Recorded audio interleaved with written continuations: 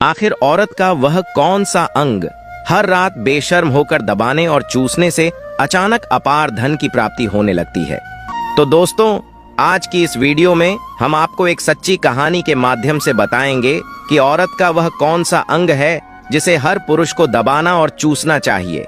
अधूरी जानकारी विष के समान होती है, इसलिए वीडियो को बीच में न छोड़ें। दोस्तों, एक बार की बात है, एक गांव में रामदास नाम का एक व्यक्ति रहता था। वह अपनी पत्नी से बहुत ज्यादा परेशान था, क्योंकि उसकी पत्नी बात बात पर हमेशा उसे ताना मारा करती थी। तुम्हारे पास है ही क्या, घर में खाने तक को कुछ नहीं है? दोस्तों, उसके घर में बिल्कुल कंगाली छा गई थी। एक भी रुपया नहीं था और उसके घर में खाने के लिए अन्न का एक दाना तक नहीं था। दोस्तों, एक तो घर में खाना नहीं, ऊपर से पत्नी का ताना। वह बहुत परेशान हो गया था। उसे समझ नहीं आ रहा था कि मैं क्या करूं। एक दिन की बात है, जब वह अपने घर से एक सुनसान रास्ते पर निकल गया। वह बहुत ही सुनसान रास्ते पर चल ही रहा था कि उसे एक साधु तपस्या करते हुए दिखाई दिए। वह उनके पास जाकर बैठ गया। जब साधु ने अपना तप खत्म किया तो रामदास उनके सामने जोर जोर से रोने लगा। साधु ने रामदास से कहा, पुत्र, तुम्हें क्या दिक्कत है? तुम क्यों रो रहे हो? आखिर तुम्हें क्या परेशानी है? तब रामदास ने साधु महाराज से कहा, हे महाराज, मेरी एक पत्नी है जो कि मुझे रोजाना ताना मारती है। मैं गरीब हूं तो मैं क्या करूं? कितना भी कुछ कर लूं लेकिन धन कमा ही नहीं पाता हूं। मेरा एक छोटा सा धंधा था, वह भी पत्नी के क्लेश की वजह से चौपट हो गया। वह दिन रात मुझसे झगड़ा करती है। अब तो मैं दाने दाने के लिए परेशान हो गया हूं। हमारे घर में खाने के लिए कुछ भी नहीं है, इसके अलावा पहनने के लिए वस्त्र भी नहीं है। लेकिन मैं अपनी पत्नी को समझाता हूं कि वह मुझे ताने ना मारे, मुझसे झगड़ा ना करे, लेकिन वह बिल्कुल भी नहीं मानती। साधु जी, इसी वजह से मैं बहुत ज्यादा परेशान हूँ। इसी वजह से मैं घर छोड़कर यहाँ आया हूँ। तब साधु जी कहते हैं, रो मत बेटा, मैं तुम्हें एक काम बताने जा रहा हूँ जो तुम्हारी किस्मत चमका देगा। तुम्हें अपनी औरत का सिर्फ यह अंग बेशर्म होकर कर दबाना और चूस लेना है। अचानक तुम्हारे घर में धन की प्राप्ति होने लग जाएगी। तुम देखते ही देखते अमीर बन जाओगे। साधु जी कहते हैं, जो भी पुरुष औरतों का यह अंग दबाता या चूसता है, उसके घर में कभी भी धन की कमी नहीं रहती है और ना ही उसके घर में लड़ाई होती है। वह जो भी व्यापार करता है उसमें हमेशा तरक्की होती है। साधु जी ने कहा, अब मैं तुमको औरत के उन अंगों के बारे में बताने जा रहा हूँ। इसे ध्यान से सुनना और अपने जीवन में इस पर गौर करना। तब रामदास साधु जी महाराज की बातें बहुत गौर से सुनता है और कहता है कि जितना जल्दी हो सके मुझे यह बता दो दोस्तों। तभी साधु जी महाराज उस आदमी को एक कहानी सुनाते हैं और बताते हैं कि एक नगर में एक किसान रहता था। उसके बहुत सारे खेत थे जिस पर वह दिन रात मेहनत करता था। उसके घर में किसान और उसकी पत्नी रहा करते थे। उस किसान और उसकी पत्नी में आपस में बहुत ज्यादा प्रेम था। उसके घर में किसी भी प्रकार की लड़ाई झगड़ा या क्लेश नहीं होता था। इसी वजह से उसके घर में सदैव महालक्ष्मी का वास रहता था और उसके खेतों में इतनी ज्यादा पैदावार होती थी कि वह दिन प्रतिदिन और अमीर होता जा रहा था। उस किसान और उसकी पत्नी में इतना प्रेम था कि आसपास के लोग उन्हें देखकर जल जाया करते थे। धीरे धीरे उसके पूरे गांव के लोग जान गए कि किसान और उसकी पत्नी में बहुत ज्यादा प्रेम है। धीरे धीरे यह बात उस नगर के राजा तक पहुंच गई। दोस्तों, किसान और उसकी पत्नी की बात जब राजा के पास पहुंचती है तो राजा भी उसके प्रेम की काफी ज्यादा तारीफ करते हैं। वह सभी से बताते हैं कि हमारे नगर में एक किसान और उसकी पत्नी रहते हैं जिनमें कभी भी लड़ाई झगड़े नहीं होते हैं। उन दोनों में आपस में इतना प्रेम है कि मैंने ऐसा अपनी जिंदगी में कभी भी नहीं देखा। एक बार की बात है, राजा पूरे नगर में ढिंढोरा पिटवा देता है कि इस नगर में जितने भी लोग हैं वह सभी अपने घर में घी का दिया जलाएंगे। राजा की पत्नी पूछती है कि आप ऐसा क्यों कर रहे हैं? सबके घर में घी का दिया क्यों जलवा रहे हैं? राजा अपनी पत्नी की बात सुनकर कहते हैं, दीपक प्रेम की निशानी होता है। जिसके घर में घी का दीपक जलता है उसके घर में सदैव प्रेम बना रहता है और मैं चाहता हूं कि जो प्रेम किसान और उसकी पत्नी के घर में है वह हमारे पूरे नगर में रह रहे पति पत्नी के बीच हो। इसीलिए मैं हर घर में दीपक जलाना चाहता हूँ। दोस्तों, राजा के सैनिक जाते हैं और हर जगह नगर में डुग्गी पीट देते हैं और कहते हैं, सभी के घर रात भर घी का दीपक जलना चाहिए। दोस्तों, राजा की बात मानकर सभी नगरवासी अपने घर में दीपक जला देते हैं, लेकिन जैसे ही आधी रात होती है सभी के घर के दीपक बुझ जाते हैं, लेकिन किसान के घर का दीपक वैसे ही जलता रहता है। दोस्तों, दीपक हमेशा किसान की पत्नी जलाती थी, लेकिन उसकी बात नहीं मानती थी। वह हमेशा अपनी मनमानी करती थी। उसका जो भी मन करता था वही काम करती थी, लेकिन किसान को इस बात से कोई भी दिक्कत नहीं होती थी, क्योंकि किसान बहुत समझदार था। किसान सोचता था, यदि मैं अपनी पत्नी को रोक टोक करूंगा तो घर में बेवजह ही लड़ाई झगड़ा होंगे।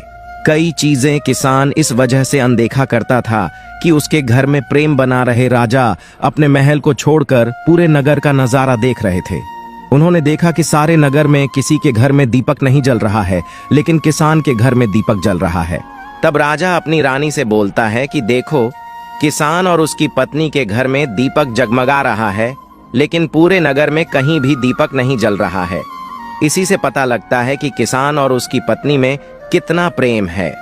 तब राजा की पत्नी राजा से बोलती है कि जो किसान और उसकी पत्नी में प्रेम है वह किसान की पत्नी की वजह से है, और इसी वजह से उसके घर में इतना ज्यादा प्रेम है। दोस्तों, जब राजा रानी की बात सुनता है तो कहता है, नहीं, तुम्हारा सोचना गलत है। जो प्रेम किसान के घर में है वह उसकी पत्नी की वजह से नहीं है, बल्कि वह किसान की वजह से है। रानी कहती है कि किसान की पत्नी बहुत ज्यादा समझदार है। आपका सोचना गलत है, और यही वजह है जो कि उनके घर में कभी भी लड़ाई झगड़ा नहीं होता है। राजा कहता है कि किसान समझदार है, और रानी कहती है कि किसान की पत्नी समझदार है। दोस्तों, इसी तरह कुछ देर चलता रहा। इसी बात को लेकर राजा और रानी के बीच काफी झगड़ा हो गया। इसके बाद रानी राजा की दाढ़ी उखाड़ ली और राजा ने रानी को उठाकर पटक दिया।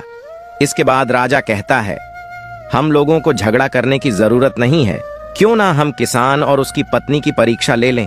सारा दूध का दूध और पानी का पानी हो जाएगा।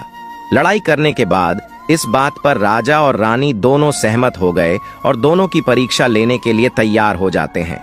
तब राजा अपने महल में जाता है और एक पुरुष सैनिक को बुलाता है, और पुरुष सैनिक से बोलता है कि तुम किसान के पास जाओ और जो जो प्रश्न मैं तुमसे बोल रहा हूँ वह तुम किसान को बोल देना।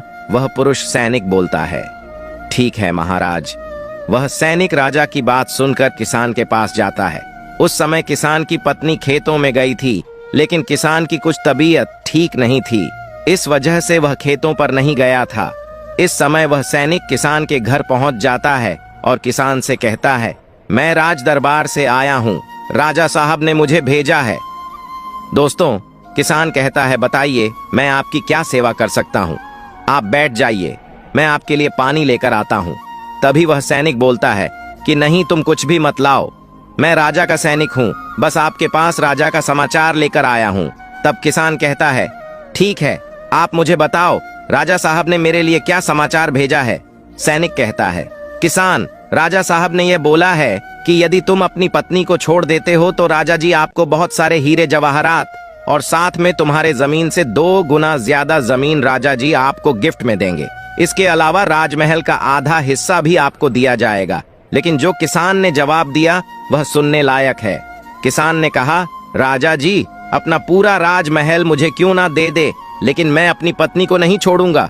जाओ और अपने राजा से कह दो किसान ने ऐसा कहा है। सैनिक जाता है और राजा को सारी बातें बताता है। इस समय रानी वहां पर सैनिक की बात सुन रही थी।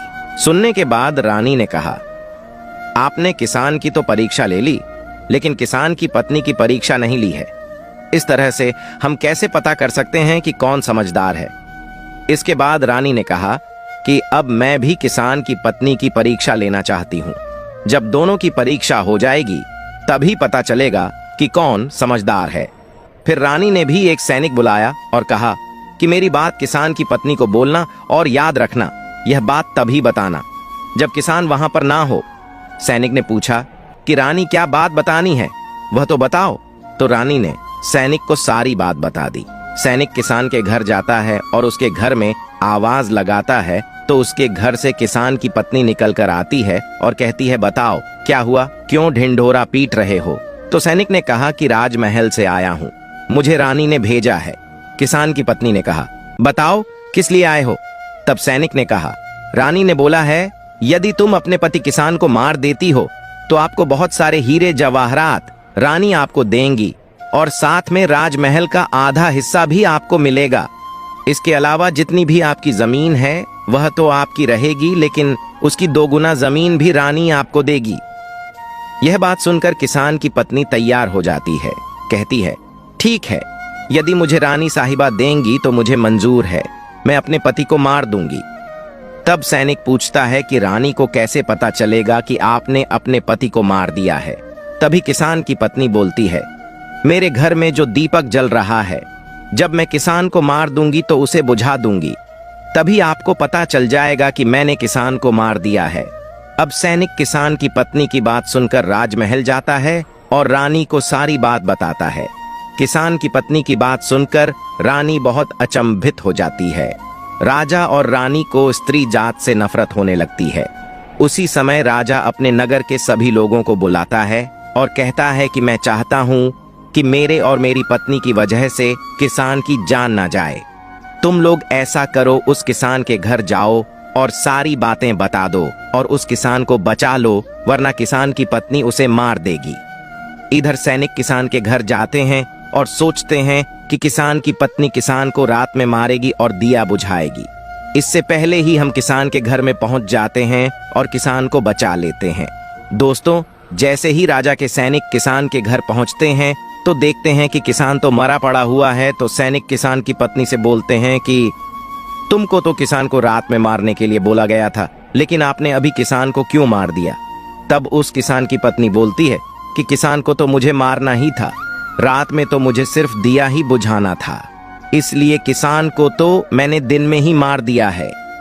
सभी सैनिक तुरंत ही किसान के घर से दौड़े दौड़े जाते हैं और राजा रानी को सारी बातें बताते हैं। राजा और रानी क्रोध से आग बबूला हो जाते हैं। इसके बाद राजा और रानी किसान की पत्नी को बंदी बनाकर लाने के लिए अपने सैनिक से कहते हैं। सैनिक जाते हैं, किसान की पत्नी को बंदी बनाकर ले आते हैं। राजा किसान की पत्नी से पूछता है, ऐसा तुमने क्यों किया? तुम लालची औरत हो, तुम्हें पैसों से प्यार है। तभी किसान की पत्नी ने जवाब दिया और बताया कि मुझे तो किसान को पहले ही मारना था, वह तो मैं कोई बहाना ढूंढ रही थी, क्योंकि किसान की आदत बहुत खराब थी, वह मेरे साथ बहुत खराब व्यवहार किया करता था। तो राजा ने कहा, ऐसा क्या करता था किसान? तो किसान की पत्नी ने जवाब दिया कि वह मेरे नाक का ऊपरी हिस्सा अपनी उंगली से हमेशा दबाया करते थे।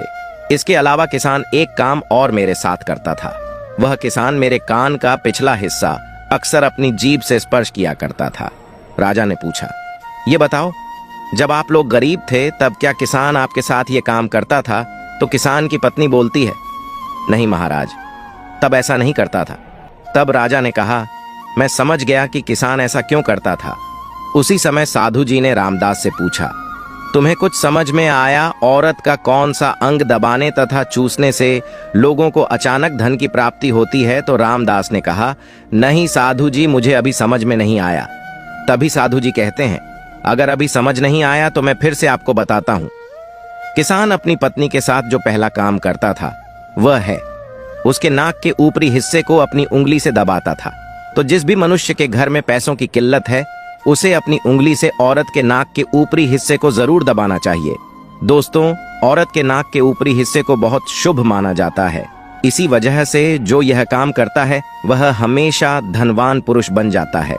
दूसरा काम है, जो भी पुरुष औरत के कान का पिछला हिस्सा अपने जीभ से स्पर्श करता है उसके किस्मत के द्वार खुल जाते हैं, उसे अचानक धन की प्राप्ति होती है। ऐसा इसीलिए होता है क्योंकि औरत के कान के पिछले हिस्से में माता लक्ष्मी का वास होता है। जब आप ऐसा करते हैं तो माता लक्ष्मी आपसे प्रसन्न हो जाती है और आपको अपार धन देती है। और आपने एक बात तो जरूर सुनी होगी, औरतें माता लक्ष्मी का रूप मानी जाती है। यही वजह है इस संसार में जो भी मनुष्य यज्ञ पवित्र काम करता है उसका घर धन से भर जाता है, जो कि इस कहानी में किसान भी अपनी पत्नी के साथ करता था। लेकिन आप जब भी ऐसा काम करें तब आपको अपनी पत्नी को पूरी बात बता देनी चाहिए, अन्यथा आपके जीवन में ऐसा अनर्थ भी हो सकता है। दोस्तों, वीडियो कैसा लगा आज का कमेंट करके जरूर बताएं। धन्यवाद।